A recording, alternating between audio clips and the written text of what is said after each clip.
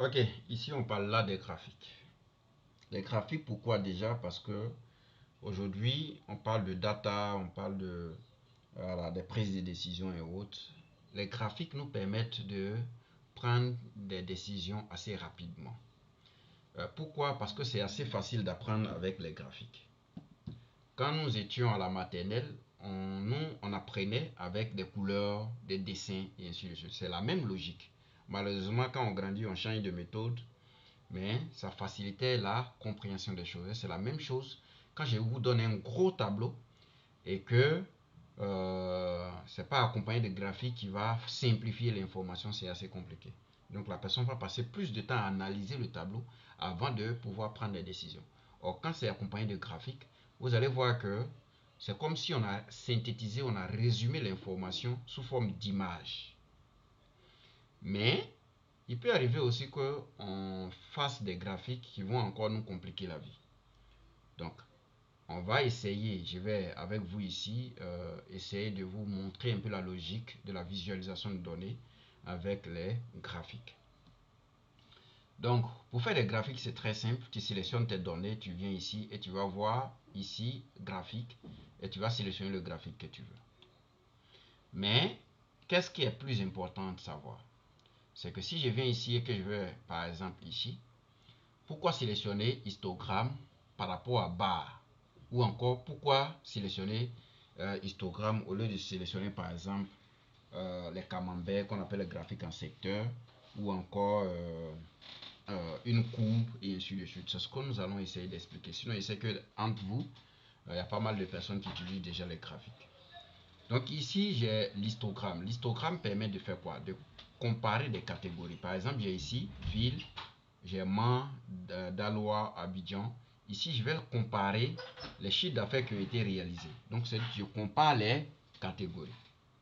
OK. Mais pourquoi ne pas prendre peut-être ça et plutôt prendre ça?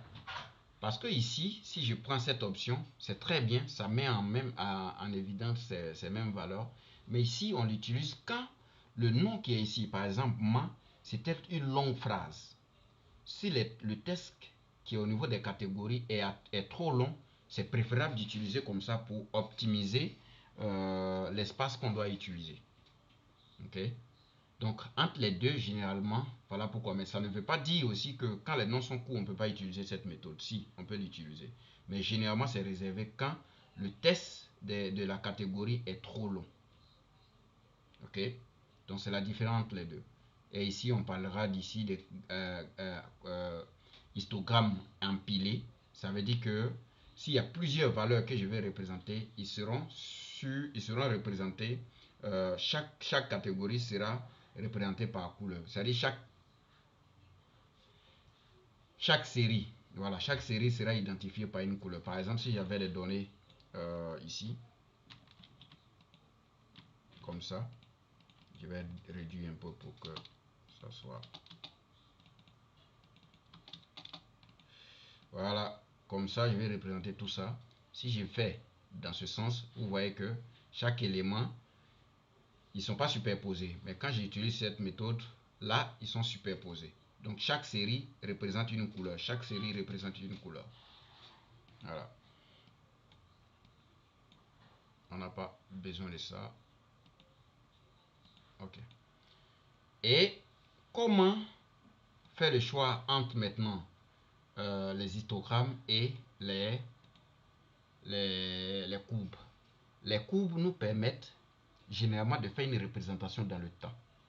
Donc si je vais représenter les données en fonction des 12 mois de l'année, c'est préférable d'utiliser des courbes parce que là, ça me montre l'évolution. C'est-à-dire plus le temps passe, qu'est-ce qui se passe au niveau de mes données.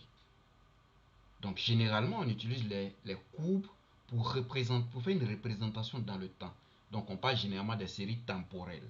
Voilà. Donc on fait une représentation dans le temps. Donc il y a ces dérivés qui sont ici aussi qu'on peut utiliser. Mais moi généralement, je vous dis, au niveau de la visualisation de données, moi je préfère les choses assez simples. Et ma logique est simple parce que quand tu fais l'analyse de données, tu ne fais pas pour toi. Tu fais pour un destinataire. Et le destinataire peut ne pas être un analyste. Donc il faut des choses assez simples, moins chargées, avec des couleurs qui sont pas agressives pour que la prise de décision soit rapide. Donc c'est la finalité qui compte. C'est pas le fait de mystifier ton analyse qui compte. Ou à chaque fois ils vont t'appeler pour que tu viennes expliquer quelque chose. Bon, sauf si tu veux te mettre, tu veux te considérer comme un Rambo dans l'entreprise. Sinon, tu fais les choses assez simples pour que, quelle que soit la personne qui reçoit le document, quand il lit, il puisse comprendre. Quand il regarde les graphiques, il puisse se retrouver. Et c'est comme ça qu'on dit, ah oui, il est vraiment top. Sinon, c'est pas pour aller mystifier les choses. Et après, toi-même, quand 2 jours passent, toi-même, pour revenir dessus, pour expliquer, même toi-même, tu te plantes. Ok? Voilà, donc vraiment rester sur les choses assez simples. Les graphiques avec les marqueurs, c'est juste les courbes, mais à chaque point, il va mettre les marqueurs, il va mettre un point à chaque niveau. C'est tout. Ok? Donc, on a tous ces éléments-là qu'on peut exploiter. Maintenant, ici, on va parler des camemberts. Camemberts, c'est des graphiques en secteur qui nous permettent aussi de comparer généralement ou de comparer des ratios. Donc, si vous voulez, on peut aussi comparer des données simples, mais généralement, c'est fait pour les ratios. Donc, ça fait des proportions pour comparer des catégories, mais au niveau des ratios. Ok? Il a aussi ses limites. Parce que quand tu veux représenter, par exemple, plus de 10 éléments, c'est très compliqué de les voir sur le graphique. Mais quand par exemple, tu as 3 éléments comme ça, ok, que tu veux les représenter, c'est bien joli à voir. Mais plus il y a des proportions, plus c'est compliqué à analyser, à interpréter. Donc moi, généralement, quand ça dépasse 5 proportions, je commence à m'orienter vers les histogrammes pour comparer ces catégories-là. Sinon, après, ou encore je regroupe tous ceux qui sont faibles, là, je les regroupe dans une proportion que je vais appeler autre. Et j'ai par maximum 5 éléments que je représente qui est assez facile à interpréter. Ok. Donc, quand vous avez trop d'éléments, orientez-vous vers les histogrammes au lieu d'utiliser les graphiques en secteur. Et aussi, on a graphique en secteur en 3D. Et ici, on a anneau. Anneau, c'est un peu comme graphique en secteur. C'est assez pratique aussi. Mais l'avantage, c'est que si je suis ici avec plusieurs séries, donc je vais prendre un truc comme ça. Ici, j'ai appelé Shift seulement. Et ici, je vais réduire quand même un peu. Voilà. Lui-même, on va faire ça comme ça. Voilà.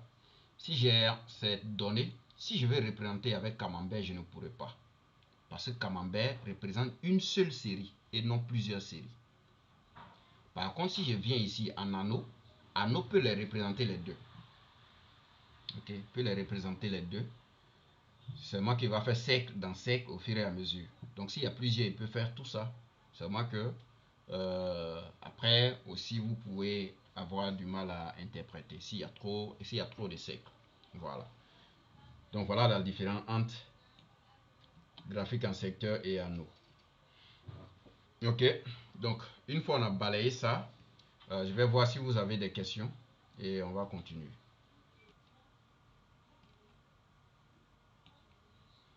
Ok, donc on va passer à la pratique. Donc ici, on dit de faire la représentation graphique des données qui sont ici, conformément aux 2 graphiques qui sont là.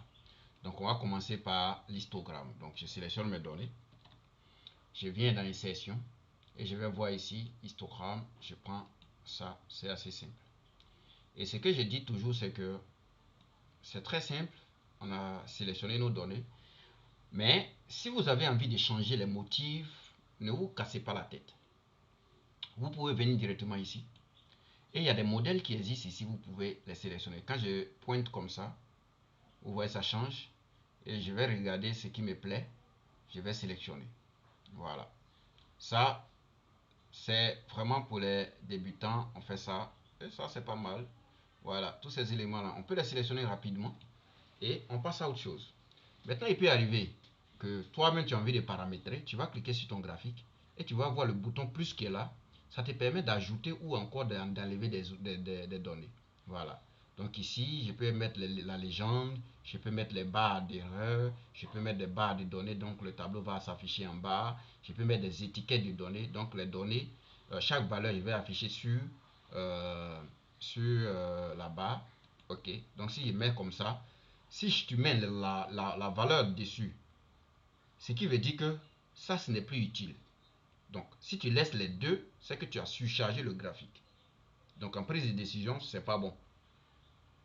Ça surcharge le graphique. Donc, soit tu enlèves ça et tu mets les données dessus comme ça, ou tu laisses la légende, surtout tu laisses le titre de l'as, non, ça c'est l'as plutôt, l'as vertical, tu laisses et tu enlèves les données qui sont dessus. Voilà, c'est l'un ou l'autre. On ne fait pas les deux à la fois. Ok, on va maintenant essayer de représenter le camembert qui est ici, donc le graphique en secteur. Je viens là, sélectionne mes données, je viens dans l'onglet insertion, je vais venir ici et je vais prendre ça. Ou encore, si je veux, je vais sur le modèle en 3D. Donc je viens là, insertion, je viens ici, modèle 3D. Et j'ai mon modèle 3D qui est là. Donc si je veux changer l'affichage, je vais venir ici, je vais voir ici les éléments qui sont ici. Quel est l'élément qui me sert? Ici, ça me met en même temps les pourcentages, donc c'est bon. C'est bon. Et là, j'ai les proportions en pourcentage qui sont en même temps sur ces éléments. Et c'est beau à voir, tranquillement. Vous ne pouvez pas forcément avoir les thèmes parce que les mêmes couleurs, parce que moi j'ai changé de thème, donc ça fait que on n'a pas forcément les mêmes couleurs. Voilà. Donc si je veux, ce que je viens de faire, si je veux éclater un peu pour que ça soit un peu plus dingue, voilà, tu fais comme ça. Et voilà, vous voyez que c'est un peu séparé. Si je veux mettre ça, la partie qui est ici, si je veux mettre en lumière, attention, je vais sélectionner juste cette partie là deux fois et je vais essayer de glisser et c'est éclaté. Voilà. Donc tout ça on peut le faire. On peut essayer de voir quelle est la partie la plus importante. Donc ça on a essayé d'éclater pour dire que c'est la partie là qui est la partie, le ratio le plus élevé et ainsi de suite. Tranquillement. Et ça, si je veux ajouter les données, je peux venir ici, activer, désactiver, tout ce que je veux. Voilà. Donc si je veux pas même la légende, je vais désactiver et la légende disparaît. Si je veux afficher la légende, j'active la légende. Si je veux pas de titre, j'enlève les titres. Si je veux activer, je mets les titres et ainsi de suite, tranquillement. Et chaque fois que vous faites des graphiques, mettez les titres. Ok? Ça permet à la personne, à la destination, la personne qui va recevoir ou le destinataire, de savoir le graphique là parle de quoi. Donc ici, on va dire par exemple la proportion des chiffres d'affaires par ville. Ça met encore en lumière dans ce qu'on veut exprimer dans notre graphique. Ok, donc ici, comparaison des chiffres d'affaires par ville. Voilà les titres qui captivent. Ok, voilà, mais que de mettre seulement que chiffre d'affaires. Bon, on sait qu'il y a des villes en bas, mais c'est pas très explicite.